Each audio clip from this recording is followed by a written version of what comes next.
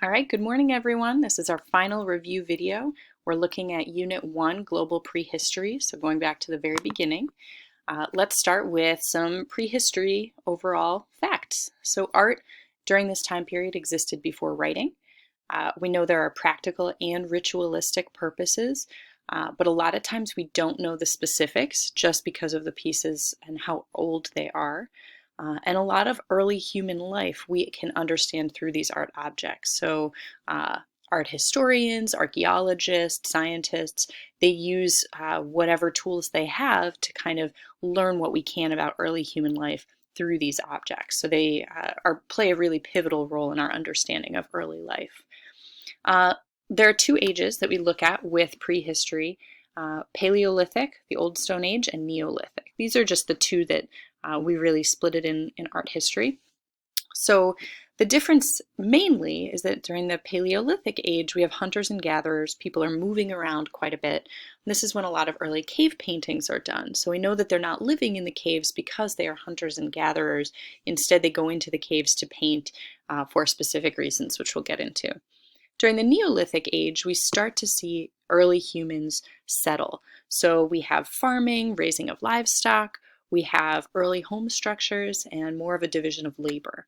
These aren't fully developed cities, but we start to see humans staying put more so than traveling around hunting and gathering in a nomadic style. All right, let's look at some prehistoric sculptures. So we're going to start with the camelid sacrum in the shape of a canine and the ambum stone. Early sculptures tend to be portable. A lot of times they have a function, and it might be something for everyday life, might be ritualistic, but remember, we often don't know the specifics, we're just speculating. So the camelid sacrum, remember the camelid was an early ancestor of the camel, and the sacrum is a triangular bone at the bottom of the spine. So it's often thought in Mesoamerican cultures, because this is a work from a region in Mexico, that the sacrum was like a second skull. So it's protecting a really important part of the body. The skull obviously protecting the head, and then the pelvic region being protected by this sacrum. So this was taken and then carved in the shape of a canine. We believe it could have been some kind of mask, some kind of ritualistic talisman, but we don't really know. What we do know is that it was created using objects available to them, carved using stone, and yeah, that's about it. The ambum stone, we can see some imagery. It almost looks like some kind of animal, maybe an anteater. It might be a human-animal hybrid, I'm not really sure. Because of the large belly, could be something that shows pregnancy. And because of the shape of it, it also could have been used for several different things. So the top could have been some sort of handle, could have been used as a pestle, so to grind materials up by putting them underneath it. It also could have been something that was more ritualistic. Stylized, obviously, and if it was representational of an anteater, we believe that anteaters were were shown as possibly kind of a worship towards the animal and the importance of it. They often had fatty deposits, which made them highly sought after and important animals. So not a lot to be known about them, but we do know the stone was carved with stone. The bone was also carved using stone. All right, so some more figural pieces that we can look at. We have two made of stone over here, and then we have two made of ceramic or terracotta over here. So we see a lot of abstraction in the facial features, very stylized, not very specific with all of the details. They were probably associated with burial, fertility, or ritualistic purposes. And then each of them shows an advanced artistic tradition. So we see cultures spending time learning how to create art in a more advanced way, specifically with these three. So let's start with the anthropomorphic stele. So we have this long, tall stele like we've seen some other stele, and this one was found in a Mesopotamian region along trade routes. So we don't know if it was something associated with burial or some kind of warring situation, but we do see what we believe are depictions of some kind of weaponry.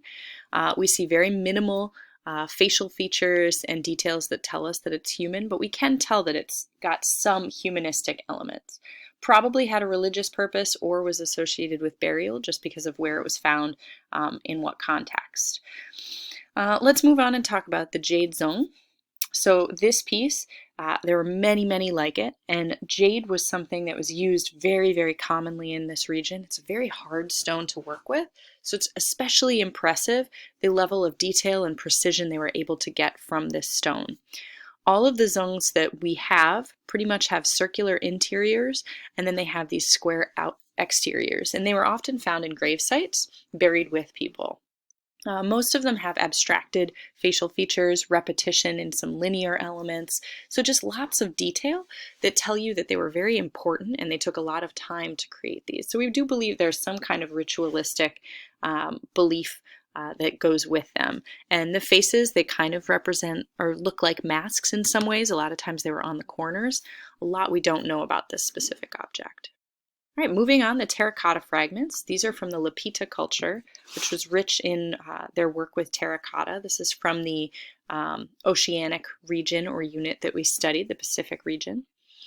In here, we obviously just have a shard, but we know that it's some sort of piece of pottery that was probably used in food storage, just because of some of the analysis that they've been able to do on it.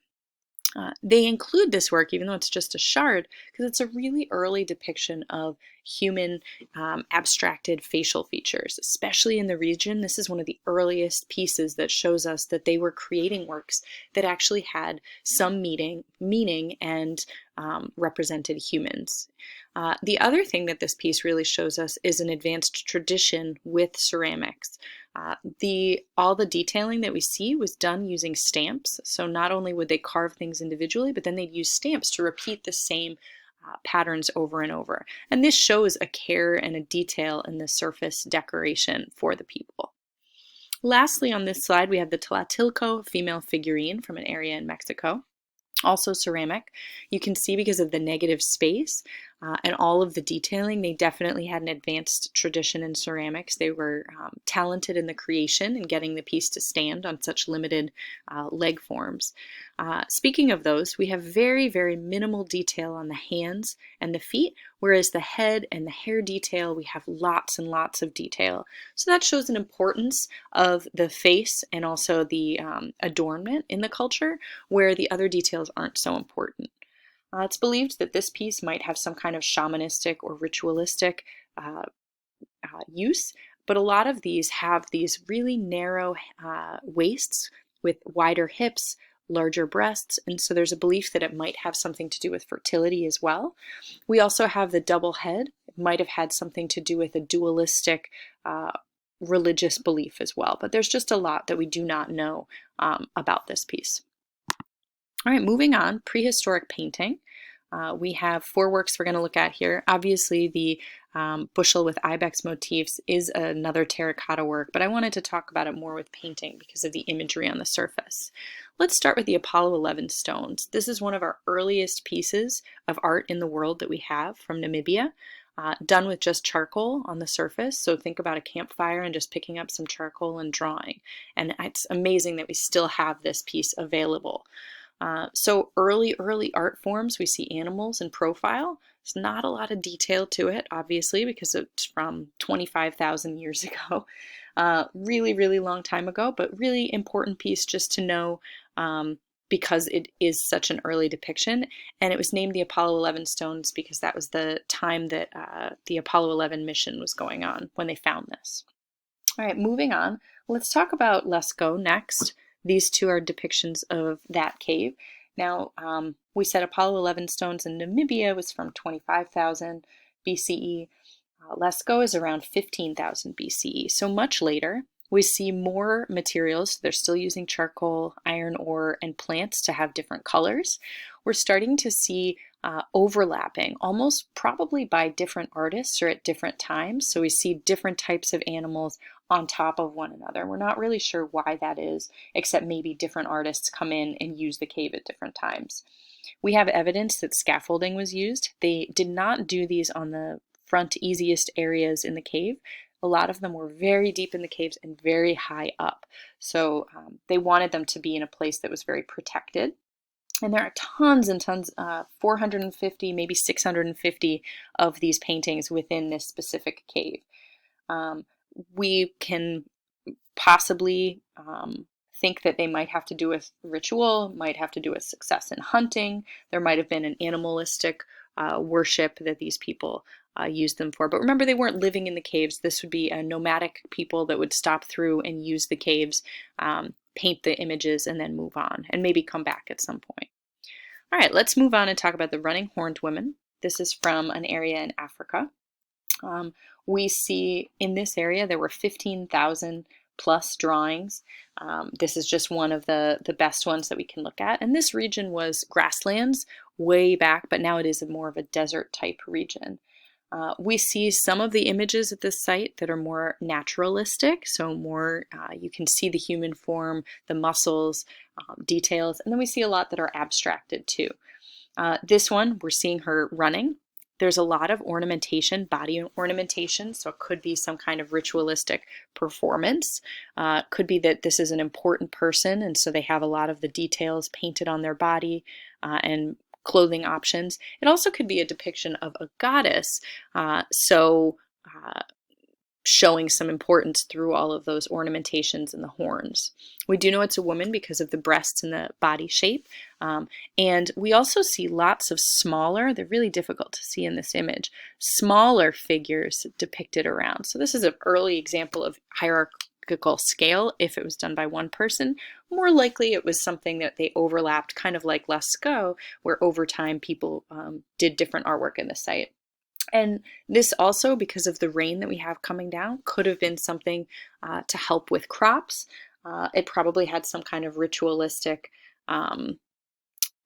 belief associated with it too, but it's just one of those things that we just really do not know a lot of the specifics about it. Also, a lot of early paintings, they would have their handprints, especially in the Lascaux caves. They would put their hand on the surface of the stone and spray around, and that would be possibly a signature. But a lot we don't know. All right, let's move on. We didn't talk about the bushel. My mistake. All right, so this was an early piece done using a pottery wheel. So we have very thin walls, and then it's got painting on the surface of the terracotta. It was found near a burial site, but no remains inside, so we're not really sure of the purpose. But we do see on the surface lots of abstracted animals. These long dogs, we have birds with really long necks.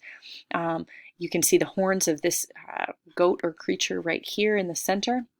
All of these things would have been animals that they would have seen in the region where this was created.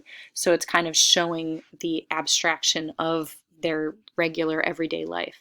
We believe this might have been a clan symbol of the family that this piece was associated with, but once again, we're just really not sure of it. All right, moving on. One of my favorite early pieces, Stonehenge. This piece is really, really interesting because it was built over thousands of years. So many, many different groups of people worked on this piece, revisited it, added to it. Remember, these stones are 20 feet tall, sometimes bigger, weighing 50 tons, and most of them come from over 200 miles away. So think about a really, really early culture pulling these stones for so long to try to get to this one site. In the center, there's a big flat stone, then there's a U shape of stones standing, and then there's another circle on the outside of it. And then we have other stones like the heel stone, which are outside of it. Lots of different ideas about what this site was used for. Could have been a death or burial site, could have been a place to heal the sick. Obviously, there were ceremonies that were associated with it, and then it also has a connection to the sunrise and eclipses, so it could have been something that had more of an astronomical use. The system that they used to build it was post and lintel. Remember, these uprates are called posts. Lintels are across the top. And the lintels would have these little grooves. There's this tongue and groove kind of system so that they not only are sitting on top, but there'd be a little bump out or a bump in, and they'd lock in a little bit more just to keep them intact. All right, so just to finish it off, some things to think about. How do early ceramic and painting traditions evolve in the ancient Mediterranean cultures? So this is now, if you look at what we know about global prehistory, if you were to pick a ceramic piece from that time and one from ancient Mediterranean cultures, how has it evolved? Same thing with painting. Why do you think those advancements have occurred? Since we do not know a lot about these art objects or the people who created them, what can we infer about people and their cultures based on the objects that we see? And then these works are from a variety of locations. What similarities do you see between works and between the people who created them from these vastly different regions? Okay, some things to think about as you study. Good luck, everyone, and we'll talk soon.